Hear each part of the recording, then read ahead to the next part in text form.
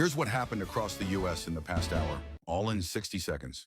Virginia lawmakers approved a proposed constitutional amendment that would let the General Assembly redraw congressional districts mid-decade. The measure now heads to voters for approval in a statewide referendum. Federal officials say more than 2,500 people have been arrested in a sweeping immigration crackdown across Minneapolis and St. Paul. Minnesota leaders urge calm as a judge limited agents' tactics around peaceful bystanders. A federal judge told the Trump administration to fix what he called a preventable mistake after a Babson College student was deported to Honduras despite a court order. He urged officials to issue her a student visa quickly. Minnesota Democrats held a public field hearing in St. Paul to spotlight ICE's surge and the fallout from recent enforcement actions.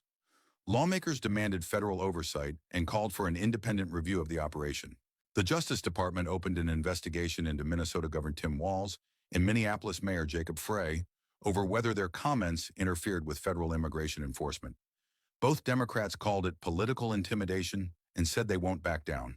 Policy analysts said President Trump's new health care proposal is still unclear on how direct payments would replace current insurance subsidies.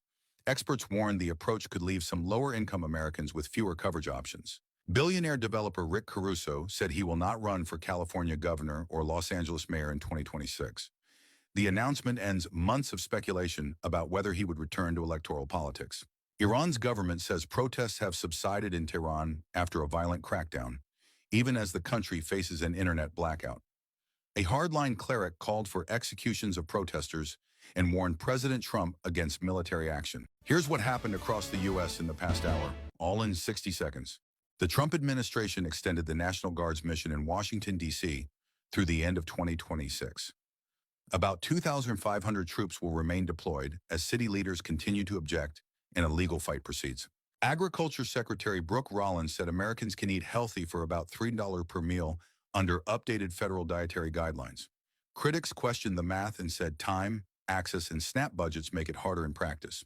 Republican lawmakers are stepping up criticism of President Trump's push to acquire Greenland, warning it could damage U.S. ties with NATO allies. Some are drafting bills to block funding for any military move. A new AP NORC poll found fewer Republicans say President Trump has helped a lot with the cost of living. The survey shows his strongest marks remain on immigration, while views of the economy are more divided. Congressional Democrats held a public hearing in St. Paul to condemn the Trump administration's ICE surge in Minnesota. Lawmakers demanded federal oversight and an independent review after a fatal shooting involving an ICE officer. California Governor Gavin Newsom announced free vehicle entry at more than 200 state parks on Martin Luther King Jr. Day. The state said private donations will cover costs after federal officials ended free entry at national parks. A new New York Times Magazine feature examines how Minnesota's liberal politics and refugee communities are colliding with the Trump administration's immigration crackdown.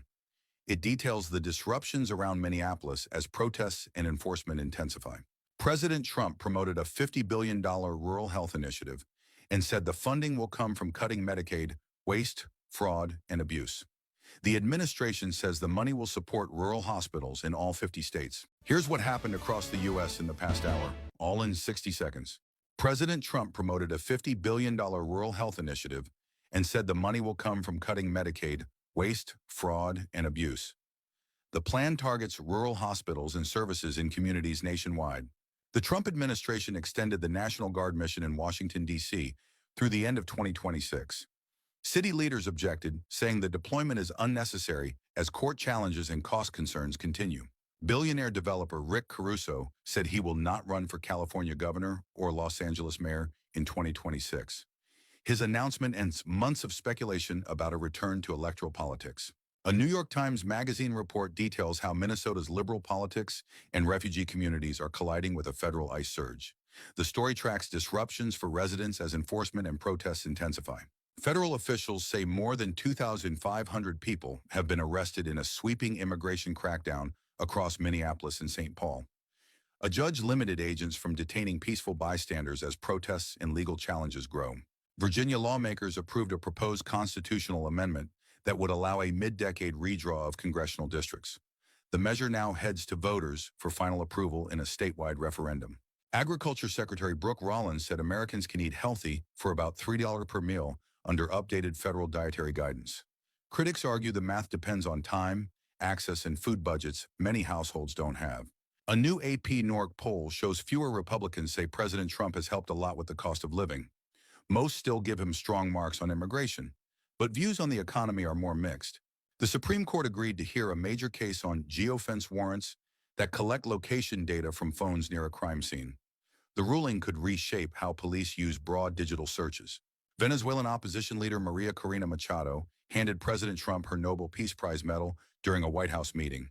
The Nobel Committee said the award cannot be shared or transferred, even if the medal changes hands.